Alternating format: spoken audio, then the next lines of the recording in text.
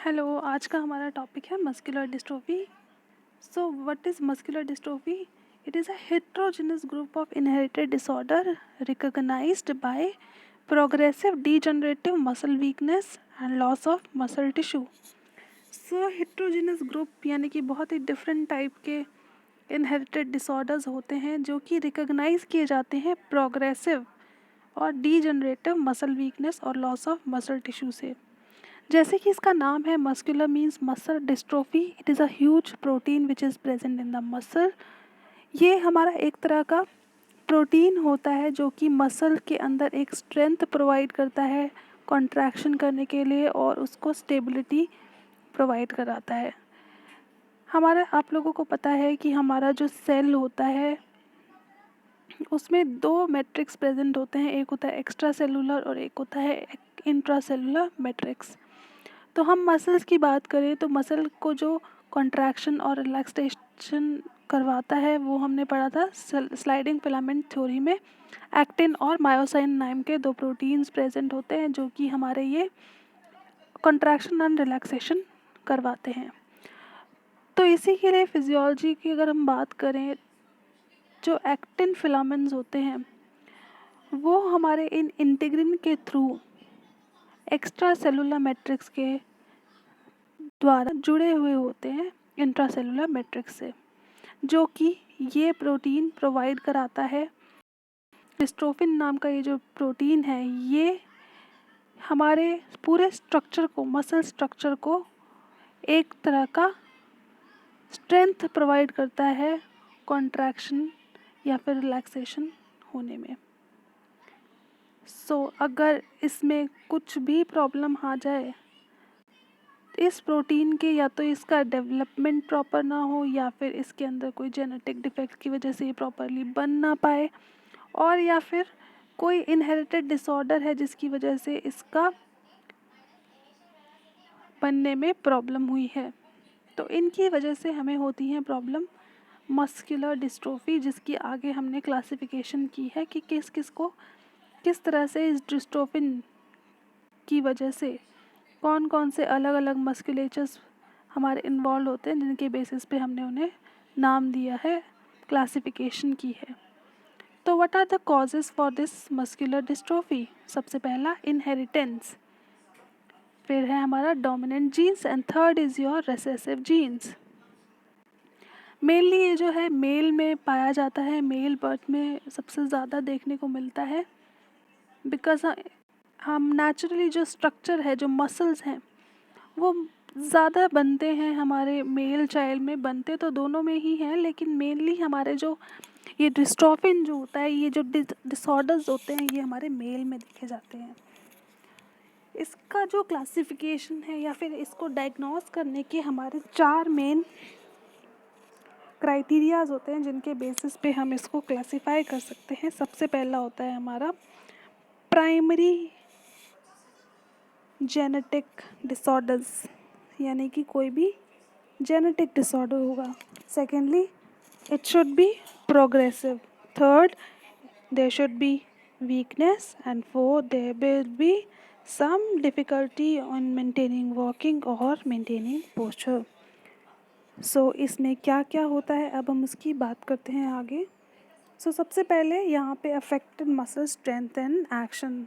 तो जैसे कि हमने बात करी कि भाई एक्टिन फिलामेंट और जो मायोसिन फिलामेंट्स प्रेजेंट होते हैं मसल में, मसल फाइबर्स में, जो कि हमारे मसल को स्ट्रेंथ प्रोवाइड करा रहे हैं और उनका एक्शन परफॉर्म करवा रहे हैं, उनमें ये डिस्ट्रोफिन की कमी हो जाती है या फिर यहाँ पे ये प्रॉपरली बन नहीं पाता है, जो कि मस्कुलर जो होगा वो होगा या तो जनरलाइज्ड होगा या फिर किसी लोकलाइज्ड मसल में ही इन्वॉल्व होगा। मेनली ये स्केलेटल मसल्स में होते हैं और कुछ ऑर्गन भी होते हैं जो इसके साथ साथ इन्वॉल्व हो जाते हैं। मसल्स के अंदर स्पाज्म की कंडीशन, न्यूरोलॉजिकल, बिहेवियरल, कार्डियक और कुछ फंक्शनल लिमिटेशंस भी प्रेजेंट होती है। जैसे ही हमने डिस्ट्रोफिन की डेफिशिएंसी की बात करी, तो जो इंट्रासेलुलर मैट्रिक्स है वहाँ पर जो कैल्शियम चैनल एक्टिविटी होती है, जो हमारे कैल्शियम चैनल गेट्स होते हैं वो ओपन हो जाते हैं और एक्सेसिव कलेक्शन हो जाता है कैल्शियम का inside the cell. There is influx of calcium ions which activate proteases enzyme, जो कि हमारा ऑल्टर कर देता है कैल्शियम की एक्टिविटी को in the cell, intracellular and extracellular matrix में, जिसकी वजह से कैल्शियम का हीमियोस्टेसिस हो जाता है, जो लीड करता है एपोप्टोसिस और नेक्रोसिस को. Apoptosis is a program cell death, where is necrosis is cell death. So on the basis of autosomal recessive, autosomal dominant and sex-linked dystrophies is being classified. तो सबसे पहले हम बात करते हैं सेक्स लिंक्ड की, कि Duchenne muscular dystrophy, Becker's muscular dystrophy and इकिने एमरी डर्फिस मस्कुलर डिस्ट्रोफी जो होती है वो सेक्स लिंक में देखने को मिलती है, जबकि ऑटोसोमल रिसेसिव डिसऑर्डर जो होते हैं या फिर ऑटोसोमल रिसेसिव डिस्ट्रोफीज जो होती है वो लिम्ब गर्डल, इन्फेंटाइल, फेशियोस्कैपुलोह्यूमरल डिस्ट्रोफी में देखने को मिलती है. ऑटोसोमल डोमिनेंट की बात करें तो facioscapulohumeral dominant distal muscular dystrophy, ocular muscular dystrophy, oculopharyngeal muscular dystrophy में देखने को मिलती है. So muscular dystrophy on the basis of their site या फिर मसल्स इन्वॉल्व, इसको हम क्लासीफाई करते हैं. तो ड्यूशन एंड बेकर्स के अंदर हमारी प्रॉक्सिमल और डिस्टल कुछ मसल्स होती हैं जो दोनों ही इन्वॉल्व करती हैं हमारे इस टाइप की मस्कुलर डिस्ट्रोफी में, जबकि लिम्ब गर्डल में हमारी जो प्रॉक्सिमल मसल्स होती हैं वो मेनली इन्वॉल्व होती हैं. फेशियोस्कैपुलोह्यूमरल की बात करें तो इसमें facial muscles, scapula muscle, humeral muscle and leg की हमारी एंटीरियर और आउटर मसल जो है, लेटरल मसल जो है वो इन्वॉल्व होती है. जबकि एमरी ड्रेफस के अंदर हमारी सेम हमारी फेशियोस्कैपुलोह्यूमरल की जैसे टाइप की मसल्स इन्वॉल्व होती है except for the facial muscles. You can see in this picture also कि कौन कौन सी मसल में कौन से एरिया इन्वॉल्व हैं या फिर मसल वीकनेस प्रेजेंट है. Now next is your Duchenne muscular dystrophy. ये हमारे गुलामे बेंजामिन अमाड ड्यूशन थे, फ्रेंच न्यूरोलॉजिस्ट, जिन्होंने ये टर्म दिया था Duchenne muscular dystrophy in the 1860s. अगर हम इसके इटियोलॉजी यानी कॉज की बात करें तो ये सिंगल जीन डिफेक्ट होता है जो क्रोमोसोम नंबर 21 में प्रेजेंट होता है, और इसके अंदर हमारा एब्सेंट होता है डिस्ट्रोफिन प्रोटीन, और आप कह सकते हैं मॉलिक्यूल, जो कि हमारा मेन साइट है या फिर मेन पार्ट है हमारे एक्टिन फिलामेंट को एक्स्ट्रा सेलुलर मैट्रिक्स के साथ जोड़ के रखने में. You can see in this picture कि डिस्ट्रोफिन जो होता है ग्लाइकोप्रोटीन कॉम्प्लेक्स बनाता है सर्कोलेमा में, जो कि एक एक्टिन बाइंडिंग रीजन के साथ जुड़ा होता है अल्फा हेलिक्स के साथ.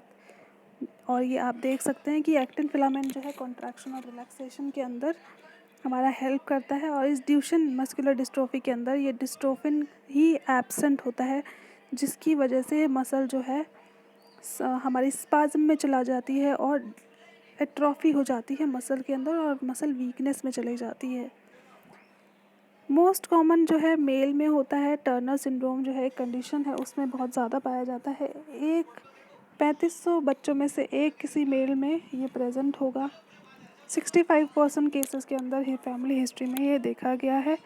अगर हम एक्स लिंक्ड रिसेसिव की बात करें तो अनअफेक्टेड और अफेक्टेड चाइल्ड कैरियर्स जो हैं आपको देखने को मिल सकते हैं.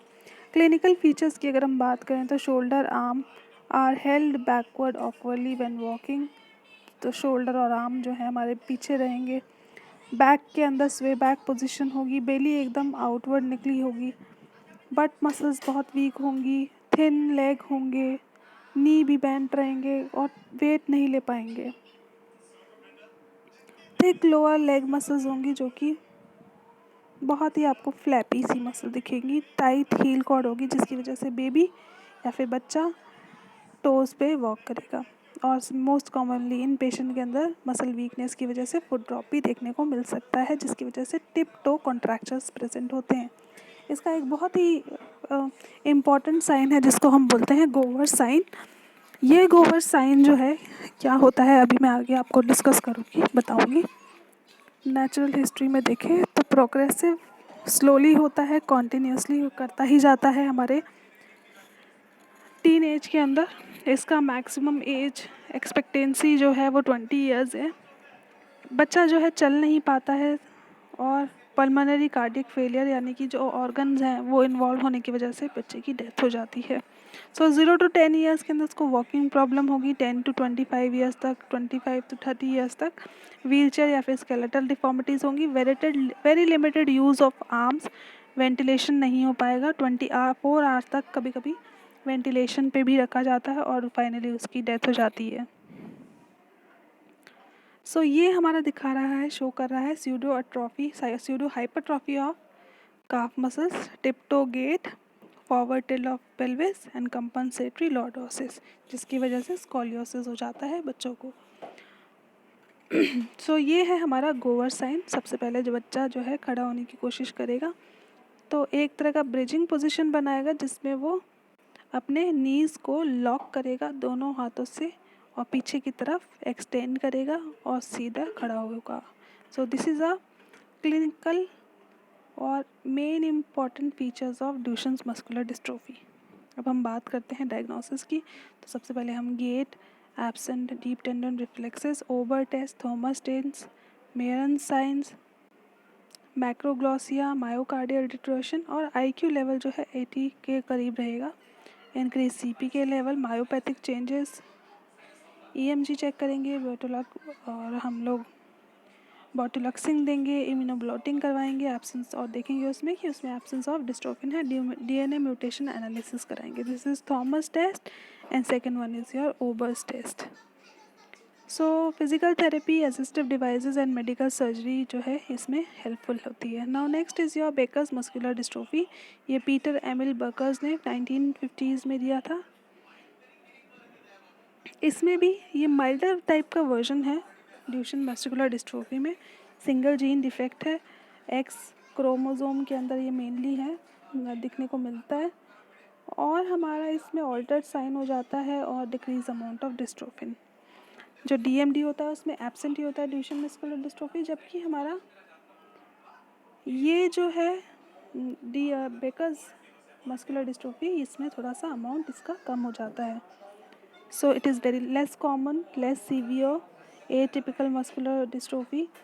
Onset जो है age more than 7 years of age, pseudo hypertrophy of the calf muscles, equinus and varus of the foot, high rate of scoliosis. It is very prominent or highly available muscular dystrophy जिसके अंदर scoliosis होता है. So less frequent cardiac involvement, diagnosis is same as DMD, increased CPK, decreased dystrophin or altered size. Slow progression है, ambulate until adolescence, longer life expectancy है. Treatment जो है same रहेगा, surgery, physical treatment and assistive devices. Now Emery-Dreifuss muscular dystrophy, ये हमारी 28 number जो हमारा chromosome है उसमें ये प्रेजेंट होता है। एमरिन प्रोटीन है एक जो कि मेनली या तो एब्सेंट होगा या फिर उसमें कोई डिफेक्ट होगा। तो ये एक्स लिंक्ड रिसेसिव है, मेन में ज़्यादा होता है, फीमेल कैरियर्स होती हैं। सेम मसल वीकनेस, कॉन्ट्रैक्चर, नेक एक्सटेंशन नहीं होगा, एल्बो एक्सटेंशन नहीं होगा, एक्लिस टेंडेंस के अंदर ये प्रेजेंट होगा। स्कॉलियोसिस बहुत कॉमन देखने को मिलता है, ब्रेडिकार्डिया होगा और फर्स्ट डिग्री एवी ब्लॉक होगा और सडन डेथ हो जाएगी पर्सन की। डायग्नोसिस इसका गोवर साइन है, mildly moderately elevated CPK, myopathic normal dystrophin, natural history में 10 साल के बच्चे तक होगा, बाद में कॉन्ट्रैक्चर और कार्डियक एबनॉर्मलिटीज़ होंगी। 5th और 6th डिकेड के अंदर एब्यूलेट कर पाएगा, पुअर प्रोग्नोसिस है ओबेस पेशेंट्स के अंदर और अनट्रीटेड एक्वाइनस कॉन्ट्रैक्चर्स में। ट्रीटमेंट सेम है, physical therapy, soft tissue contracture. अगर स्कोलियोसिस 40 डिग्री से ज़्यादा है कर्वेचर उसका तो उसको हमें सर्जरी करनी पड़ेगी। कार्डियोलॉजिक इंटरवेंशन में हम लोग इसमें यूज़ करते हैं cardiac pacemakers. Next is your limb girdle, as a name suggest, limb girdle muscular dystrophy. तो जितना भी लिम्ब गर्डल है उसमें ये प्रेजेंट होगा, मेनली ऑटोसोमल रिसेसिव होता है और क्रोमोसोम नंबर 15 में ये प्रेजेंट होता है। बहुत कॉमन है और मोर बिनाइन है। Age of onset is 3rd decade. Initially pelvic muscles involve होती है, देन शोल्डर, प्रॉक्सिमल से डिस्टल की तरफ ये जाता है।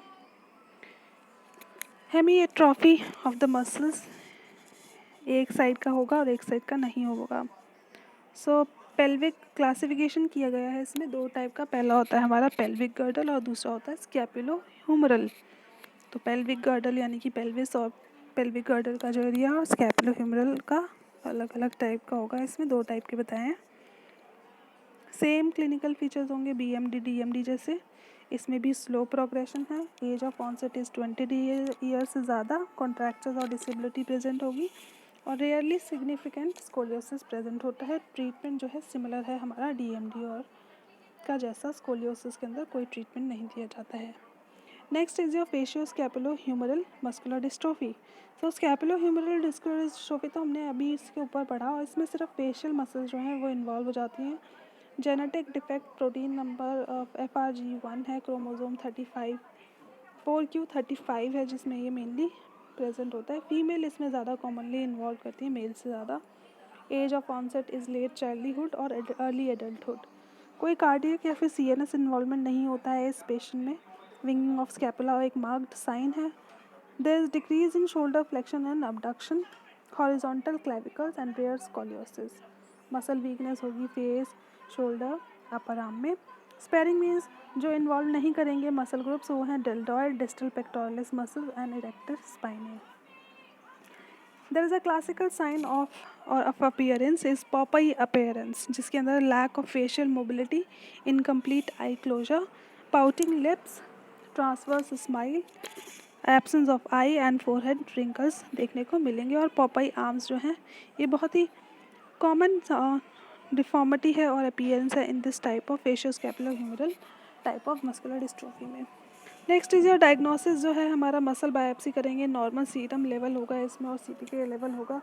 स्लो प्रोग्रेशन है face, shoulder, pelvic girdle muscle, tibialis anterior में देखने को मिलता है। ट्रीटमेंट जो है पोस्टीरियर स्कैपुलो कोस्टल फ्यूजन और स्टेबलाइजेशन जो है एक बहुत ही इंपॉर्टेंट ट्रीटमेंट है। Next is your distal muscular dystrophy जो कि ऑटोसोमल डोमिनेंट ट्रेट में है, बहुत ही रेयर पाया जाता है। एक प्रोटीन होता है डिस्पेरलिन जिसमें ये डिफेक्ट हो जाता है जिसकी वजह से ये डिस्टल मस्कुलर डिस्ट्रोफी होता है। Mainly intrinsic hands, calves, tibialis posterior, spread proximally normal sensation रहता है। Next is your congenital muscular dystrophy. ये आपको देखने को मिल रहा होगा कि जो हमारी डिस्टल लिम्स है उसके अंदर ये देखने को मिल रहा है। Now next is your congenital muscular dystrophy. First is your causes autosomal recessive type का होता है। इसमें भी इंटीग्रिन या फिर फ्यूगिटिन डिफेक्ट होता है। रेयर पाया जाता है, दोनों मेल और फीमेल चाइल्ड में देखने को मिलता है। इसकी क्लासिफिकेशन की है मेरोसिन नाम के जो प्रोटीन है उसमें नेगेटिव और पॉजिटिव के बेसिस पे। Stiffness of joint, congenital hip dislocation, subluxation, Achilles tendon contracture, equinovarus deformity and scoliosis may be present. So poor motivation, concentration, ADHD, autism spectrum disorders, mental retardation, swallowing and feeding difficulties, bowel or bladder delays, club feet, tight heel cords, AFO or braces are given. Poor head control, ear infection, otitis media, facial weakness, speech problem, respiratory distress, may have breathing problems above mechanical ventilation is given. Floppy, maybe poor muscle tone. So diagnosis is made on the basis of biopsy, muscle biopsy. Treatment is same: physical therapy, orthosis, soft tissue release, and osteotomy. Next is your oropharyngeal muscular dystrophy. Oculopharyngeal muscular dystrophy, as the name suggests, it will include eye and pharyngeal muscles. What is an autosomal dominant type? Third, it is mainly occur in third decade. Ptosis of the eye muscle. Pharyngeal involvement causes dysarthria, dysphagia, repetitive regurgitation, frequent choking. Myotonic muscular dystrophy showing frontal baldness, swan neck, and low set ears. So, in myotonic muscular dystrophy, the disease is seen in adolescent or adult life with features of muscular weakness, myotonia, mental retardation, cataract, neonatal problems. 18% remains asymptomatic. So, this is a summary of Duchenne muscular dystrophy, limb girdle muscular dystrophy, facioscapulomuscular dystrophy, and distal dystrophy, and congenital muscular dystrophy. So age of onset in DMD is 3 to 6 years. Limb girdle may occurs in second decade. Facioscapulo will occur in second decade. Distal dystrophy occurs in 20 to 77 years. So it is 77 years is wrong written over here. It will be around 20 to 40 years because it may occur in adult lifehood. It may patients life expectancy is not so much, इसलिए हम लोग इसको consider नहीं करते हैं 77 years को. हम लोग इसको 40 ईयर्स या 50 ईयर्स तक ले सकते हैं. और CMD यानी कि congenital muscular dystrophy after birth, sex mail में चाइल्ड में ज़्यादा होता है. कोई से भी ये लम्ब गर्डल जो है किसी भी सेक्स में हो सकता है. फेशियोस्कैपुलर हमारे दोनों में इक्वल होता है, किसी भी सेक्स में हो सकता है. हमारा डिस्टल डिस्ट्रोफी और CMD हमारे बोथ में होता है. इनहेरिटेंस जो है सेक्स लिंक्ड है. जो DMD है हमारा सेक्स लिंक्ड रिसेसिव डिसऑर्डर है, जबकि हमारा लिम्ब गर्डल जो है वो है रिसेसिव, ऑटोसोमल रिसेसिव और ऑटोसोमल डोमिनेंट टाइप का. फेशियोस्कैपुलर जो है वो है हमारा ऑटोसोमल डोमिनेंट टाइप का. सेम हमारा डिस्टल डिस्ट्रोफी भी है ऑटोसोमल डोमिनेंट, और CMD अभी तक अननोन है. Next is your muscle involve.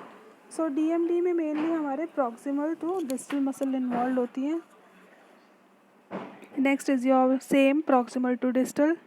फेशियोस्कैपुलोह्यूमरल rhythm में पेश शोल्डर टू पेल्विक.